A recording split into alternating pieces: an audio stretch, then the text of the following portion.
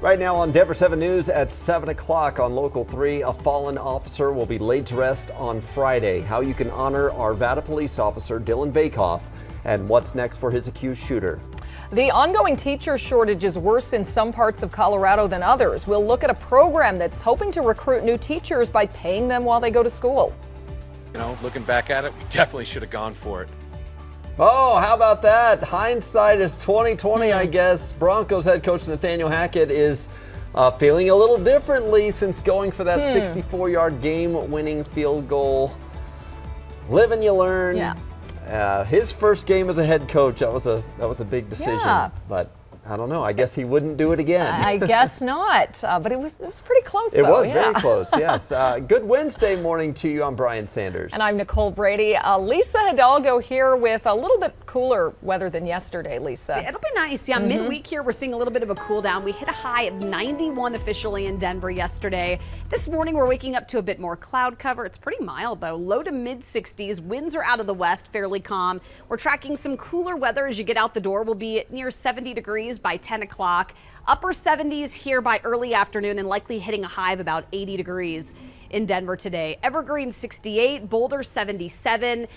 Looks like upper 70s, low 80s near Fort Collins and Greeley. So again, a little cooler up and down the Front Range. We're seeing some rain and some, well, even snow on the peaks of those mountains down across southwestern Colorado as you get through the southern San Juans. That wet weather is going to gradually spread a little farther north and east, and by this afternoon we'll pick up some scattered storms and showers. So get ready for some wet roads for the evening commute, both today and tomorrow, but it does get hot again for the weekend. We'll have details on the Super 7 Day coming up. We have a significant problem for you folks down on the southwest side that use C470 between Wadsworth and Kipling. Now, it's a rollover crash that's happening before you get to Kipling here on the westbound side, but the eastbound side is also affected. Let me show you on the map or on the camera what's going on. So this is the westbound side. The fire department just arrived.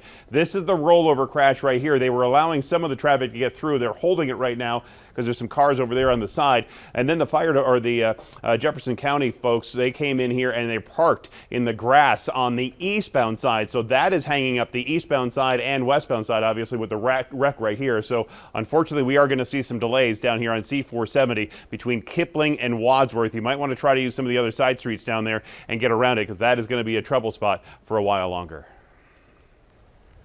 The Arvada police officer killed in the line of duty will be laid to rest on Friday. The city says Dylan Vakoff's memorial service is open to the public. It's scheduled for 10 a.m. at Flatirons Community Church off South Boulder Road in Lafayette. Donations for Vakoff's family are being accepted through the Colorado Fallen Hero Foundation. We have a link to that right now through denver7.com. And while the community continues to mourn this loss, the accused shooter in Officer Vakoff's death is headed to court today. Attorney and Denver 7 reporter Jessica Crawford is at the Jefferson County Justice Complex this morning with the next steps in this case. So first, let's take a look back. Almanza was expected to be in court yesterday, but instead he was still in the hospital. He's since been released to Jefferson County, and he is expected to make his appearance in court this morning. So right now I'm going to show you a photo of 31-year-old Sonny Thomas Almanza. He's accused of being involved in the exchange of gunfire that ended the life of Officer Vakoff on West 51st Avenue near the intersection with Marshall Street. He's facing a slew of charges, from possession of a weapon by a previous offender to first-degree murder of a peace officer with extreme indifference. Almanza hasn't been to court yet, but the first time he appears will be called a first advisement. And during the first advisement, there's a short hearing where the judge will talk to Almanza about the charges he's facing and his rights.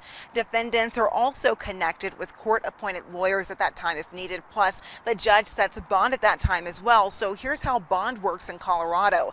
Being able to bond out is generally possible here, but if a person is charged with a capital offense and there is proof evident and a presumption is great that the person did in fact do the crime, then the defendant would be held without bond. So Almanza is accused of a capital offense here because he is charged with capital murder, so first-degree murder.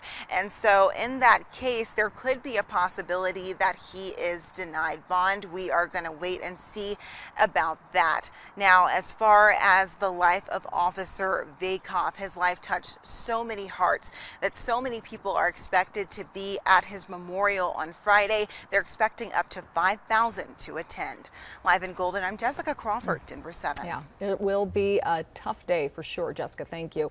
An East High School student shot just steps away from his school a week ago still has a long road to recovery. And in a Denver 7 exclusive, we talked to the family of RJ Harding. His mother says he has already had 2 surgeries to remove the bullet and fragments from his body, and he'll have a 3rd surgery next week to reconstruct his jaw. I'm happy that this hasn't broken my son's spirit. He's a boxer. He still wants to box. He still wants to come to this same school. Wow. RJ also wrote a letter to Shelly Martinez thanking her for saving his life. We told you last week she was working at a barber shop nearby when she heard the gunshots and tended to RJ's injuries. Police say that he was just an innocent bystander in a fight that escalated. So far, no arrests have been made. There is a new way to catch potential mass shooters before they ever carry out their attacks. Credit card codes. ABC News reports in recent years, gun reform advocates and lawmakers have put a call to action on credit card companies and banks to increase their tracking and reporting of unusual purchase activity tied to firearms. And now there are plans from Visa, MasterCard, and American Express to use a specific code for categorizing credit and debit card purchases made at gun stores. Until now, gun stores use the same codes as sporting goods stores. Credit card companies are still working on the parameters for how to best track the purchases.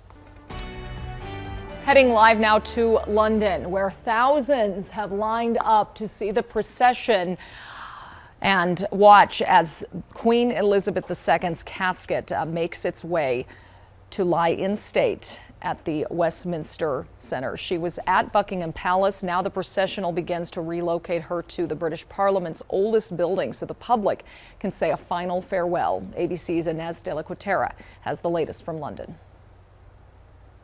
Overnight, a homecoming. The hearse carrying Queen Elizabeth's coffin driving through the gates of Buckingham Palace. Outside, thousands lining the streets, even in the rain, hoping to catch a glimpse.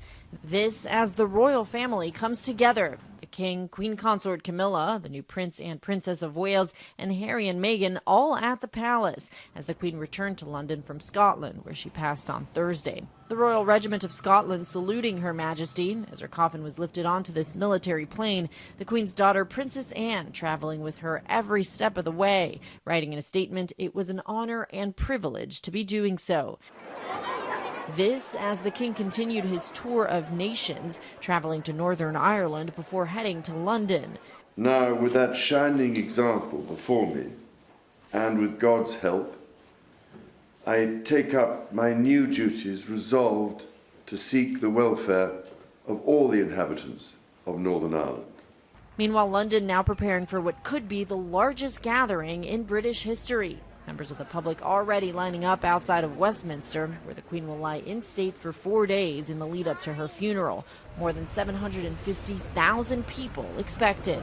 I thought, well, she's reigned for 70 years, so 24 hours of reign isn't going to hurt me for a while.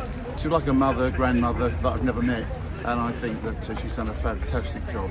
And the Queen will be transferred to Westminster in a procession later today. Officials are expecting the lines to see the Queen could last as long as 30 hours. Inez de la Quatera, ABC News, London. Well, Americans looking to travel to London to see the Queen be laid to rest can expect to pay a pretty penny. Hotel costs and airfares to the British capital are surging, of course, ahead of the monarch's funeral next week.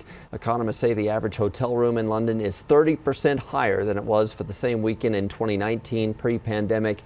They say travelers can also expect to pay double for airfares. Demand to stay in London is at the highest level since the 2012 Olympics. New numbers this morning are giving us a better picture of the teacher shortage affecting Colorado and the entire country. It may not be quite as dire as we thought. In a survey of 900 school superintendents last month, 78%, the vast majority, said their teacher vacancy rate is less than 5%. 14% said up to 10% of their positions are unfilled right now, but only a small number, 1.4%, had a teacher vacancy rate of up to 20%. It is still concerning, though, because almost all of the the schools surveyed said the biggest problem driving the teacher shortage is simply not enough applicants. So when I found out a local college just got millions of federal dollars to help train new teachers, I wanted to know a little more about that. CU Denver has decided to spend $7 million in federal grant money specifically to bring more teachers to Colorado's rural communities. CU Denver is partnering with community colleges to offer these prospective teachers paid internships, stipends, and other supports while they earn their degrees. Does it solve all the problems of the rural teacher shortage? I wonder, might some of these teachers go through the training and then decide I'm going to move to a district that pays better? We don't have a lot of data yet, but anecdotally and the stories that we hear, we know that our candidates get hired right back into that district. I'm sure a few of them will leave. We want everyone to have options, but the deep roots that most of our candidates have in the district really keeps them there. They're generations of family there. Rural Colorado has struggled with teacher shortages for years, often because the pay there is much lower than it is in urban districts. A school in Thornton is getting ready to build a state-of-the-art STEM and career and technical education center. Today is the official groundbreaking for Riverdale Ridge High School. Take a look here. The 27J district is building STEM and CTE centers at 3 high schools. Thanks to a voter-approved bond, Riverdale Ridge will include a culinary lab, small engine program, graphic design, certified nursing assistance program, welding, and much more. It should open next year. Well, it won't be long before the snow plows are making the rounds across the metro, and now your kids can help name the giant machines. And Denver leaders are looking to another major U.S. city for solutions to homelessness. What they expect to learn in Texas today.